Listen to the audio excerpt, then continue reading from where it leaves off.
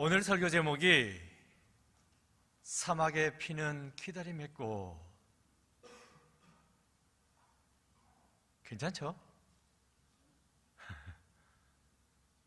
사막에 꽃이 핀다. 그래서 사막이 즐거워한다 하거든요. 근데 봅시다.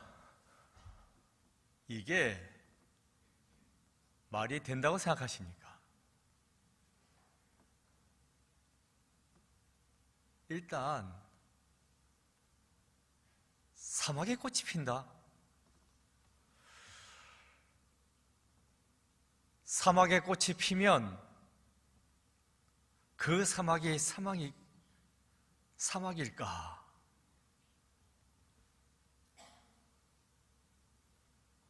사막이 아니죠. 꽃이 피니까 꽃밭이고 정원이지. 그렇지 않습니까? 그런데 오늘 본문은 뭐라고 말씀해요? 1절입니다. 광야와 메마른 땅이 기뻐하며 사막이 백합화같이 피어 즐거워하며. 사막이 꽃이 핀다. 그래서 그 사막이 즐거워한다 라고 말씀해 주고 있습니다. 그런데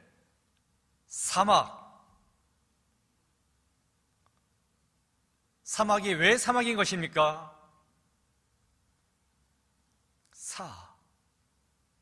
모래사, 막막한 막.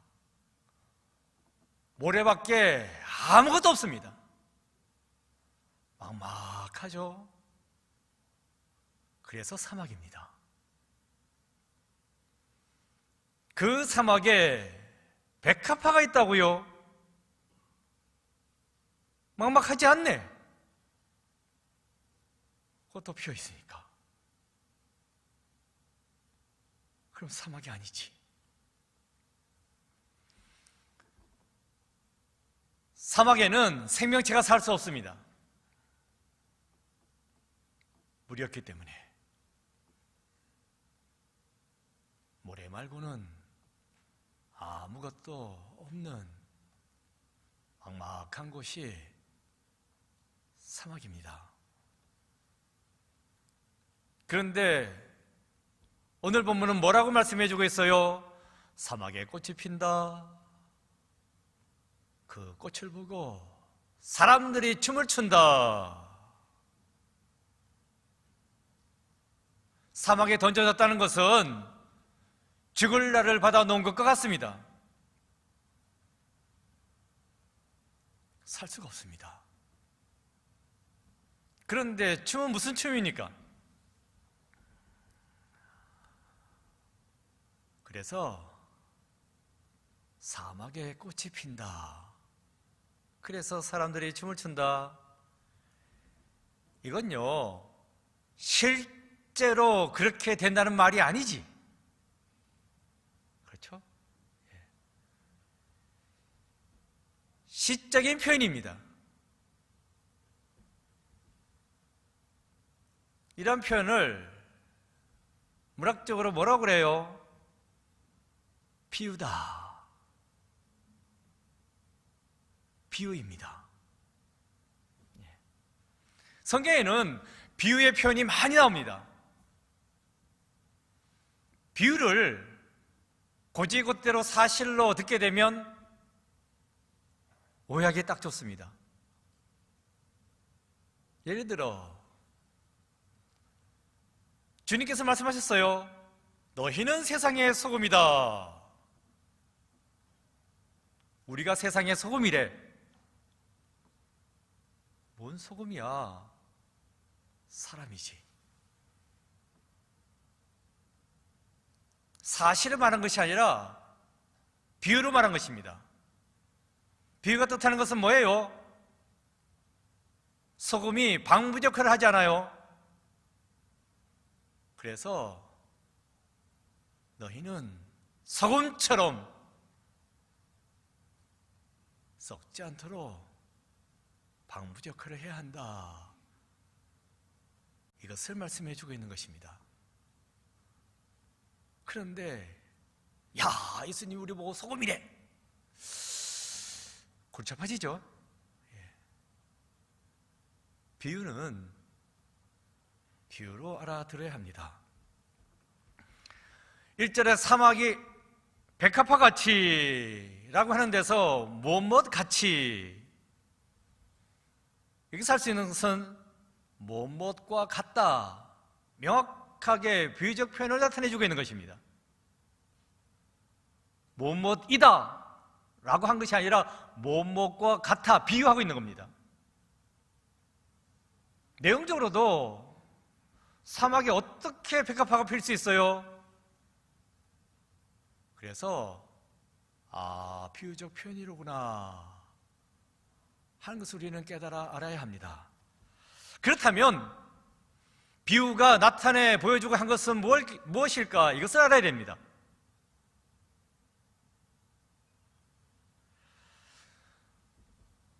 사막에 백합화가 핀다. 그래서 사막이 춤을 춘다. 이게 비유고, 이러한 비유가 나타내 보여주고자 하는 것, 일어날 수 없는 일이 일어났다는 거예요. 그래서 너무너무 기쁘다, 진짜로 기쁘다, 기뻐해야 한다는 것입니다. 당연히 일어날 일이 일어나면 뭐 일어났나 보지 뭐 하겠으나, 이건 도저히 안 되는 일이야, 말도 안 되는 일이야 하는 일이 일어났으니까, 야, 어떻게 이런 일이 일어날 수 있지? 진짜 신기하네. 야, 기쁘다 이래야 된다는 것입니다. 이걸 말씀해 주겠습니다. 지금 제가 드린 설명 무슨 말인지 알아들으시겠죠? 이런 해석에 동의가 되십니까? 일부에서는 아멘까지 나오대. 그래서 제가 좀 당황했습니다. 어쩌자고 아멘까지 나오나. 왜냐하면 동의가 되십니까? 하고 물어본 까닭은, 여러분, 덮어놓고 동의하시면 안 됩니다. 들은 말이 설령 맞는 것처럼 보여도 동의를 할 때에는, 발언할 때에는 깊이 생각하고 심사숙고해서 말씀하셔야 됩니다. 이게 깔려 있거든요. 왜 이런 말씀 드리냐 하면,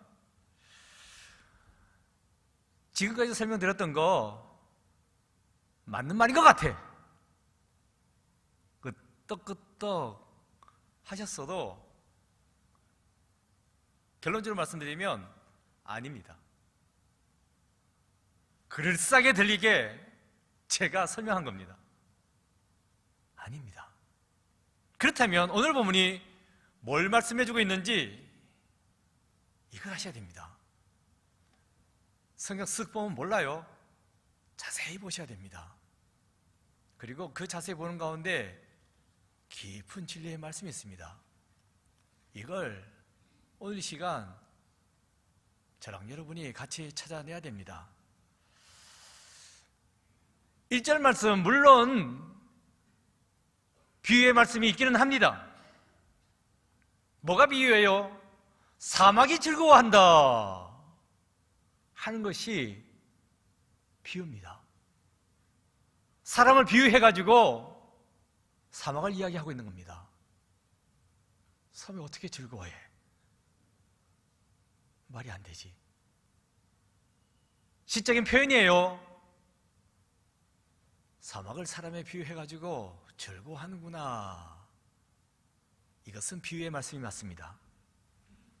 그런데 그 다음 사막에 백합화가 핀다. 요건 비유 아닙니다. 좀 전에는 사막에 꽃이 핀다. 이것도 비유라고 뭐 그런가 보다 지나갔었잖아요. 아닙니다. 사막에 꽃이 핀다. 이건 비유가 아닙니다. 그럼 뭡니까? 사실입니다. 사실. 이것까지 비유로 보시면 안 된다는 이야기입니다. 사막에 꽃이 핀다는 것이 어떻게 사실일까? 이해가 안 되죠? 목사님 저렇게 말씀하시는 데에는 뭔가 근거가 있을 텐데 무슨 근거가 있을까? 예, 근거 확실히 있습니다. 남미 칠레에 가면 사막이 있어요. 아타카마 사막입니다. 이 아타카마 사막은 미국 나사에서 내셔널 지오그래픽에서 연구했는데 지구상에서 가장 건조한 사막 중에 하나다. 무늬만 사막이 아니라 진짜 사막이라는 것입니다. 물론 우리가 뭐 영화에서 보는 사진에서 보는 사막 그것도 사막인데 칠레에 있는 아타카마 사막도 건조한 사막 중에 하나라는 것입니다. 사진 하나 보여드리겠습니다. 첫 번째 사진이요. 예. 사막입니다. 생각한 사막하고는 조금 다른데, 예, 뭐 돌도 있긴 있어요. 예, 저기 산도 있고. 그런데 물이 없습니다. 뭐 중동의 사막, 아프리카의 사막 보면 가운데 오아시스 이런 것도 있잖아요. 여기는 아예 그런 것도 없습니다. 물이 하나도 없습니다. 가는 모래입자만 있는 것은 아닌데 돌도 있고 심지어 돌산도 있지만 물은 하나도 없습니다. 그래서 사막입니다. 그런데 이 아타카마 사막에 또 다른 사진이 있어요. 두 번째 사진 보여주세요.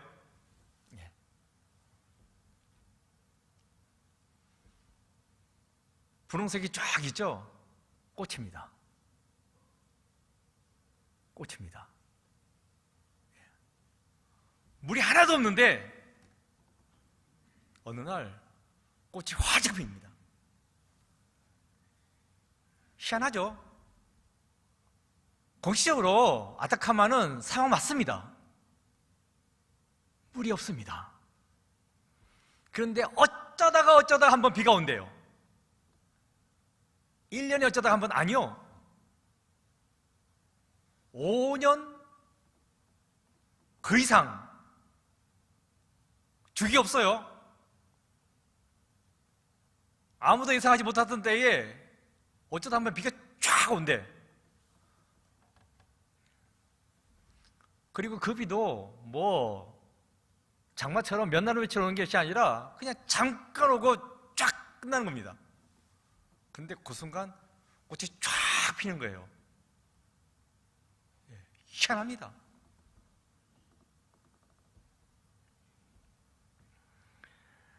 이러한 현상을 식물학에서는 슈퍼블룸이다. 슈퍼블룸. 우리말로는 꽃폭탄이다. 이렇게 번역을 합니다. 황량 사막에 어쩌다가 비가 한번 쫙 쏟아지게 되면 여기저기서 꽃이 팡팡팡 피어난다는 것입니다. 폭탄 터지듯이 꽃봉오리가 막 터지는 겁니다. 그렇다면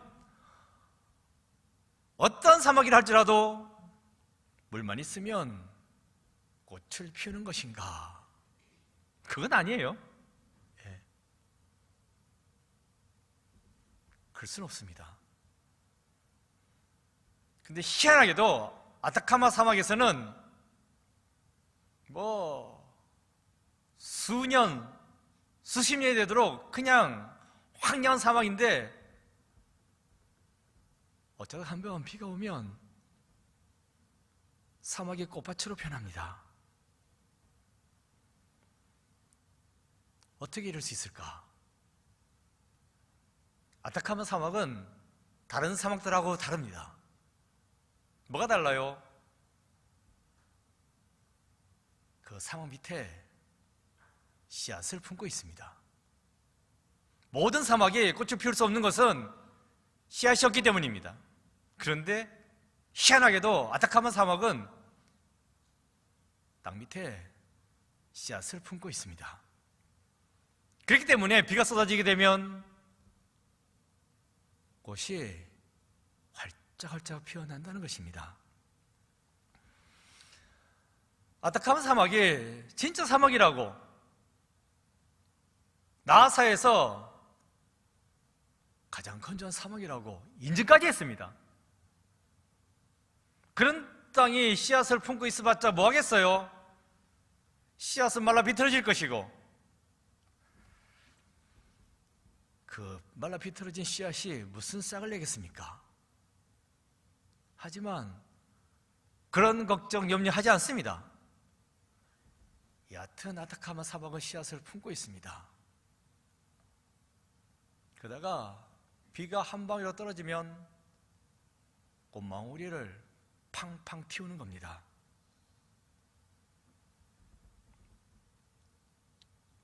아타카마 사막은 다른 사막들과는 달리 씨앗을 품고 있습니다. 그 씨앗을 품고 기다립니다. 수년이 걸리고 수십 년이 걸려도 끝까지 기다리는 겁니다. 기다림의 끝은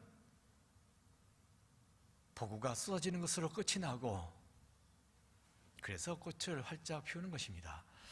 여기서 우리가 깨닫게 되는 것은 뭐예요? 내 상황이 아무리 안 좋게 돌아간다 할지라도 나는 희망의 씨앗을 버리지 않아야 한다. 그 씨앗이 꽃을 피울 때까지 기약은 없을지라도 끝까지 품고 있어야 한다. 그래야 비가 왔을 때 꽃망울을 터뜨릴 수 있는 겁니다. 내가 사막인데 왔자 뭐 하겠어? 씨앗 다 말라 비틀어질 텐데 이게 무슨 싹을 내겠어? 걱정할 거 없어요. 염려할 거 없어요. 내가 해야 될 일은 무조건 품는 겁니다. 끝까지 품는 겁니다. 누가 뭐라 그래도 품는 겁니다. 그러면 하늘에서 비가 떨어졌을 때 꽃망울을 피울 수 있습니다. 희망의 씨앗이 꽃을 피우는 그날까지 우리는 끝까지 그 씨앗을 품고 있어야 합니다. 기다려야 합니다. 기다려야죠. 그런데 문제는 현실은 그렇게 녹록지 않다는 것입니다. 기다리는 거 쉽습니까? 진짜 힘듭니다. 사막이라는 그 현실, 불타오르는 열기에 견뎌내기 힘들어요. 지금 내가 품고 있는 이 씨앗, 그 열기에 바짝 마르는 것으로 끝나는 것이 아니라 다 타버릴 것만 같습니다. 이런 판에 기다리긴 뭘 기다립니까? 언제 비가 온다고 기약이 있는 것도 아닙니다. 빨리 오면 5년에 한 번 올 수도 있어요. 그 다음에 5년 한 번 아니에요. 몰라. 10년이 될 수도 있고 그 이상이 될 수도 있고 기약 없습니다. 언제까지 기다리라고 하면 기다리지, 기약 없이 기다린다는 것, 이것처럼 어려운 일은 없습니다. 비가 와야지 오는 건데 뭘 믿고 기다린다는 것입니까? 그래서 오늘 본문 2절 말씀이 나옵니다.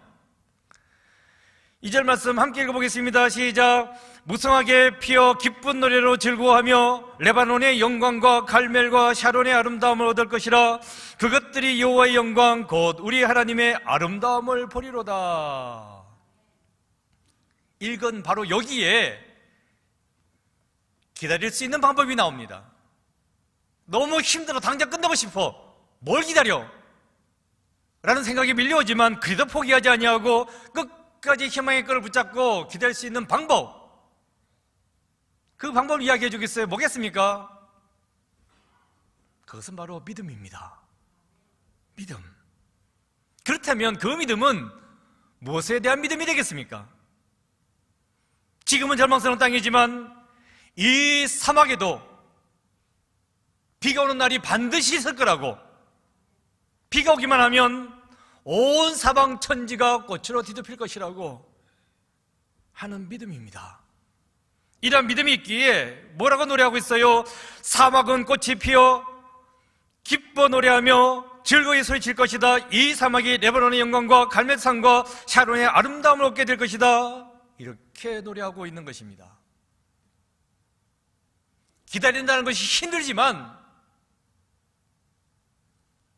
반드시 꽃이 필 거야 라는 믿음이 있으니까 척박한 상황 가운데에서도 꽃이 필 거라고, 그 꽃이 이 사막을 다 뒤덮을 것이라고 노래할 수 있는 것입니다.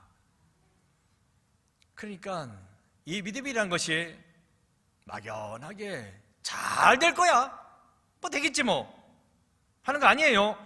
확실한 믿음, 구체적인 믿음이 되겠습니다. 그렇다면 어떻게 해서 내가 확실한 믿음, 구체적인 믿음을 가질 수 있는 것입니까? 나 자신을 믿어요? 믿긴 뭘 믿어? 그거 아닙니다.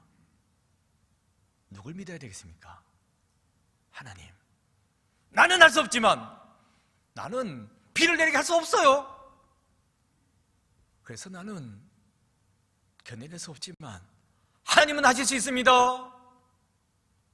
그래서 나로 하여금 기다릴 수 있도록 하실 수 있습니다. 하나님을 믿는 믿음으로 기다릴 수 있는 것입니다. 그래서 2절에서 뭐라고 이야기하고 있어요? 여호와의 영광 곧 우리 하나님의 아름다움을 보리로다. 하나님의 영광, 그 영광으로 이 사막을 꽃으로 뒤덮여지게 하여 줄 줄로 믿습니다. 하나님의 아름다움, 하나님께서 이 척박한 사막의 땅을 아름다운 땅으로 만들어 줄 줄로 믿습니다. 이렇게 고백을 할 수 있는 것입니다. 하나님이 오시면 사막 그 절망의 땅에 꽃이 피게 될 것입니다. 어둠을 뚫고 찬란하게 빛나는 하나님의 영광의 빛을 보게 될 것입니다. 그래서 우리는 누굴 기다린다고요? 하나님을 기다리는 것입니다. 대림절은 바로 사막 가운데로 오시는 하나님을 기다리는 시간입니다. 기다림의 계절이 있을 때 종종 우리는 이거 묻혀있는 게 아닌가, 묻혔다라고 생각해가지고 답답하게 생각할 수 있습니다. 묻혔다. 그래요. 내가 보기에 나는 묻혔구나, 그래서 답답하구나 생각할 수 있으나 하나님의 경륜 가운데 묻힌 것은 단순히 묻힌 게 아니라 심겨진 거다, 이렇게 생각을 할 수 있습니다. 내가 아무리 소모의 씨앗이라고 하지만 땅에 묻혀져 있습니다. 언제 싹을 틔울지 모릅니다. 언제 꽃을 피울지 모릅니다. 답답하지. 야, 나는 묻혀졌구나, 나는 끝장났구나, 답답하고 깜깜한 가운데 있습니다. 하지만 그렇게 생각하는 것이 아니라, 나는 심해졌구나, 때가 되면 싹을 틔우고 꽃을 피울 거야, 이렇게 생각할 수 있다는 것입니다. 묻혀진 채로 아무것도 일어나지 않는 것 같아요. 하지만 하나님께서는 우리를 품고 계십니다. 그리고 우리 생명을 보호하고 계십니다. 장차 발생한 이들 가운데에서 나를 보호해 주기 위해서 하나님께서는 그 땅속에서 나를 품고 계시는 것입니다. 그 땅속에서 나를 더욱더 단단하게 만들어주고 계시는 것입니다. 그러니 성도 여러분, 하나님의 침묵을 그분의 부재로 오해하지 마시기 바랍니다. 아무런 말씀이 없다고 해서 하나님이 안 계신 것은 아닙니다. 그 깜깜한 가운데 하나님께서는 나와 함께 하시며 나를 위해 일하고 계십니다. 줄기가 땅속에서 솟아오르는 것을 볼 수 없다고 해서 씨앗이 땅속에서 자라지 않는 것은 아닙니다. 그 씨앗은 땅속에서부터 줄기를 올리는 것입니다. 내 눈에 안 보인다고 아무것도 안 한다고요? 아닙니다. 깜깜한 가운데서도, 절망스러운 가운데서도 여전히 하나님은 일하고 계십니다. 아무리 절망적인 상황에 처했어도 우리가 낙심하지 않냐고 포기하지 않을 수 있는 힘은 바로 하나님께 있습니다. 하나님이 나와 함께 하시니 나는 다시 일어설 수가 있는 것입니다. 그래서 오늘 본문에서 말씀하고 계세요. 3절입니다.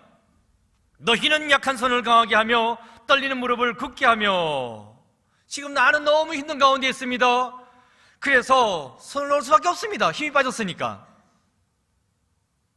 그러나 하나님께서는 그 힘 빠진 손을 강하게 하라고 말씀하십니다.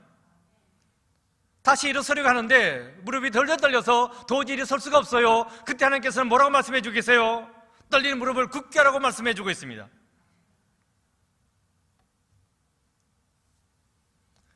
하나님께서는 놀랍게도 황홀한 천사의 찹창이 아니라 바로 지친 사람들의 고통을 먼저 보십니다.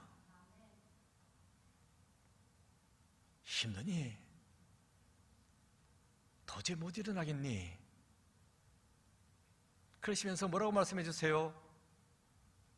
약한 손을 강하게 하라고.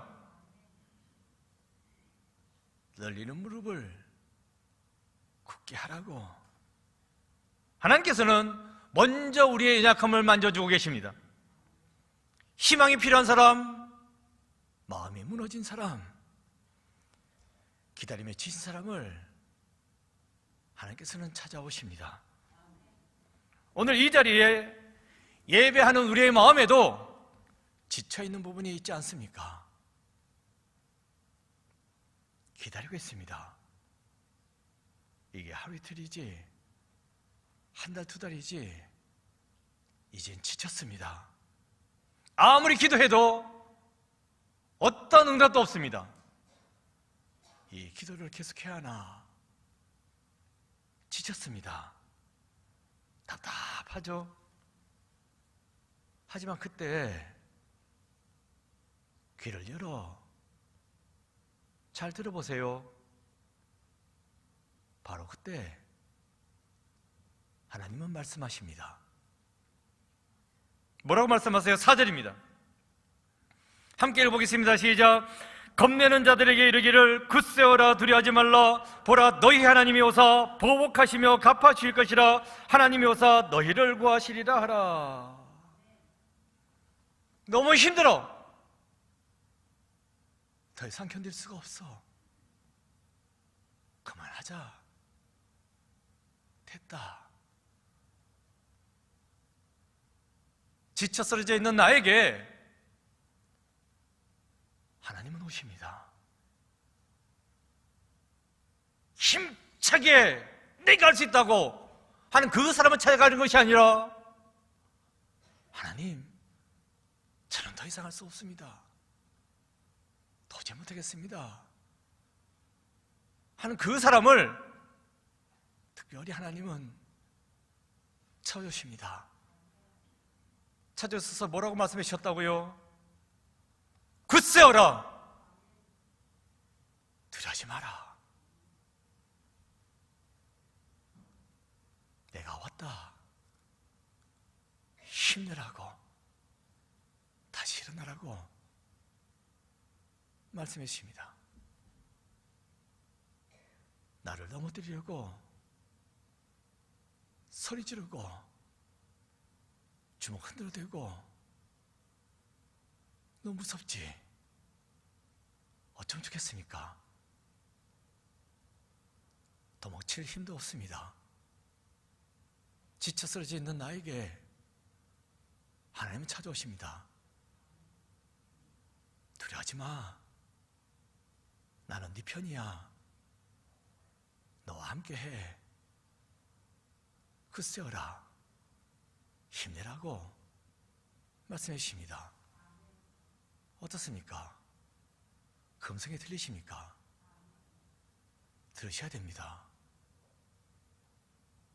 믿음의 귀를 열고 하나님 음성을 들으셔야 됩니다.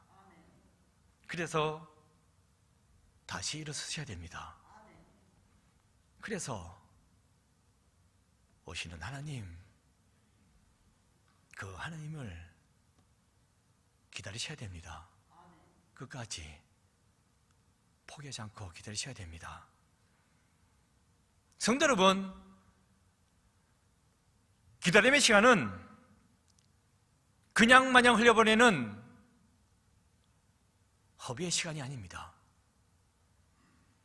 변화를 기대하는 기적의 시간이라는 것을 알고 계십니까? 5절에 나와 있어요. 그때 맹인의 눈이 밝을 것이며 못 듣는 사람의 귀가 열릴 것이며, 이것은 하나님께서 오시면 어떤 일이 나에게서 일어나는지 그것을 말씀해 주고 있는 것입니다. 하나님께서 오시면 맹인이 보게 될 것이다, 귀머리가 듣게 될 것이다, 전원자가 뛰게 되고 벙어리가 말을 하게 될 것이다. 단순히 기적 이야기하고 있는 거 아닙니다. 신기한 사건을 말씀해 주고 있는 거 아니에요. 그렇다면 무엇을 말씀해 주고 있는 것입니까? 하나님 오시면 네가 보던 모든 것들이 달라진다고, 싹 달라진다고, 변화된다고.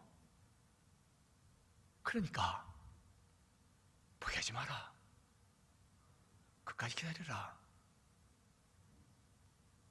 말씀해 주겠습니다. 못 보고 못 들어, 지그지만 피워, 답답하지? 그 속에서 내가 살아낼 수 있을까? 힘들지? 그래도 견뎌야지. 곧 내가 할 거야. 내가 하면 못 들었던 사람들이 제대로 듣게 되고, 제대로 보게 되고, 제대로 말하게 될 거야. 그러니까 견디라고, 기다리라고 말씀해 주고 있는 것입니다. 성도 여러분, 대림절은 그냥 기다리는 시간이 아닙니다. 세상이 달라질 것을 믿고 기다리는 시간입니다. 그 믿음이 우리를 변화시킵니다. 기도하는 사람의 마음이 바뀌고, 소망하는 사람의 눈빛이 바뀌고, 믿고 기다리는 삶의 내용들이 바뀌고, 그래서 나에게서 사랑이 흘러넘치게 되는 것입니다. 그래서 우리는 기대하고 기도하면서 기다려야 합니다. 기대하니까 기도할 수 있는 겁니다. 기대했으니까 기다릴 수 있는 겁니다. 이걸 기억하셔야 됩니다. 우리는 도상의 존재, 길 위에 서 있는 존재입니다. 근데 여러분, 나는 어떤 길 위에 서 있습니까? 내가 서 있는 길은 어떤 길입니까? 오늘 보면 8절 말씀을 보시면 이렇게 나와 있어요. 거기에 대로가 있어 그 길을 거룩한 길이라. 일컫는 바되리니 깨끗하지 못한 자는 지나가지 못하겠고 오직 구속함을 입은 자들 위하여 있게 될 것이라. 우매한 행위는 그 길로 다니지 못할 것이며 했는데, 길이 있다라고 말씀해주고 있어요. 그 길이 어떤 길이라고요? 거룩한 길이다 라고 말씀해주고 있습니다. 이 거룩한 길을 걸어갈 수 있는 사람은 누굽니까? 바로 여러분들입니다. 믿는 우리가 걸어가야 할 길은 거룩한 길입니다. 그런데 예수님께서는 뭐라고 말씀하셨어요? 내가 곧 길이다. 따라서 우리가 걸어가야 할 거룩한 길, 구체적으로 어떤 길이라고요? 예수님이 되겠습니다. 예수님을 걸어간다. 무슨 말씀이겠습니까? 예수를 믿으라는 얘기입니다. 예수님 믿고 그 믿음의 길을 걸어가는 것입니다. 그 믿음의 길을 걸어갈 때에 우리는 진리를 알게 됩니다. 진리를 알게 되는 순간 끝까지 걸어가면 우리는 생명에 이르게 된다 라고 예수님께서 직접 말씀해 주셨어요. 어디서요? 요한복음 14장 6절입니다. 예수께서 이르시되 내가 곧 길이요 진리요 생명이니 나로 말미암지 않고는 아버지께로 올 자가 없느니라. 내가 길이다, 진리다, 생명이다. 나를 걸어가라고. 그러면 아버지께로 이룰 수가 있다. 아버지의 집에 이른다. 영원한 생명에 도달하게 된다는 말씀이 되겠습니다. 우리는 예수님을 믿고 예수님의 길을, 그 거룩한 길을 걸어가야 합니다. 그래서 결국에 어디에 도달한다고요? 아버지께 도달해야 한다. 영생의 집에 들어가는 것입니다. 예수님은 나에게 구원의 길, 평화의 길, 사랑의 길로 오십니다. 우리는 하나님을 기다리는 동안 그 길에 서 있는 것입니다. 구원의 길, 평화의 길, 사랑의 길, 이 길을 걸어가야 합니다. 그 길은 단순히 이동하는 길이 아니죠. 하나님과 함께 가는 길이요, 따라서 변화되는 길이요, 거룩함에 이르는 길이 되겠습니다. 따라서 우리는 이 길을 걸어갈 때에 낙심해서는 안 됩니다. 절망해서도 안 됩니다. 힘들지. 그 길이 사실 또한 십자가의 길이지 않습니까? 거칠 수 있습니다. 힘들 수 있습니다. 그러나 이 길이 영광의 집에 이르는 길이라는 것을 알기에 우리는 포기하지 아니하고 끝까지 걸어가야 하는 것입니다. 사막이 기다림의 꽃을 피우는 것처럼 우리의 기다림 가운데 하나님께서는 역사를 시작하십니다. 뭔 말입니까? 기다리는 사람에게 하나님의 역사는 일어난다는 것입니다. 기다리지 않는다면, 포기했다면 나에게 일어나는 하나님의 역사는 없습니다. 우리의 삶에도 사막과 같이 황량하고 척박한 부분이 있습니까? 소망을 잃어버린 곳, 기도가 멈춘 곳, 더 이상 기대하지 않는 곳, 이런 곳이 있습니까? 바로 그곳에서 하나님께서 역사하십니다. 하나님, 내 믿음이 흔들립니다. 더 이상 기대할 수 있는 것이 없습니다. 더 이상 소망이 없습니다. 어쩜 있겠습니까? 그냥 좌절하고 끝나는 것이 아니라 그래도 하나님께 무릎 꿇고 눈물로 기도하면, 하나님 오시기를 기도하면 그 순간 하나님께서 역사하신다는 것입니다. 하나님의 도움의 손길, 구하는 자에게 주십니다. 누가 구합니까? 포기하지 않는 자가 구하는 겁니다. 내 삶이 팍팍하고 희망은 아무것도 안 보여도 하나님 바라보고 하나님 오시는 그 길을 바라보고 다시 손에 힘을 모으고 떨리는 무릎을 굳게 세우고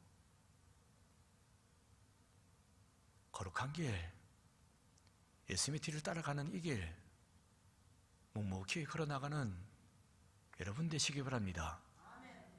이 길 끝에는 영광이 있습니다. 그 영광 바라보고 지금 노래할 상황이 아니지만 오늘 본문에서 나온 바와 같이 사막에 꽃이 피게 될 줄로 믿습니다 하고 노래하면서 나가셔야 됩니다. 다시 한 번 말씀드리지만 사막에 꽃이 핀다는 거 비유 아닙니다. 사실입니다. 내가 씨앗을 품고 있으면 하나님께서 비를 내려주셨을 때 나는 꽃을 피울 수 있습니다. 소망을 가지고 기도하시면서 끝까지 걸어나가시는 여러분 모두가 되시기를 간절히 축원드립니다. 기도하겠습니다. 아버지 하나님, 하루하루 살아간다는 것이 팍팍합니다. 너무 힘들고 절망스럽습니다. 하지만 이 절망 가운데서도 하나님 바라보고 기도합니다. 도와주옵소서, 도와주옵소서 기도합니다. 내가 품고 있는 이 소망의 씨앗 다 말라 비틀어진 것 같고 타버린 것 같지만 하나님께서 은혜의 담비를 내려주시면 활짝활짝 꽃피게 될 줄을 믿습니다.